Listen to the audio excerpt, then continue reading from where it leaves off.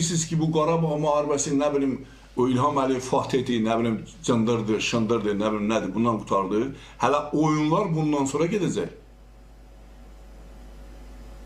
Söhbətlər bundan sonra gedəcək. Haqq hesablar bundan sonra olacaq. Və sənin kimi ruhanilər çoxdur. Sizin siyahınız bizim əlimizdədir. Narahat olmayın.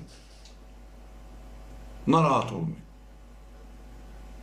O siyahilər hamısı masa üstə gələcək. Hamınız cavab verəcəksiniz. Əgər o vaxtacan sağ qalsanız.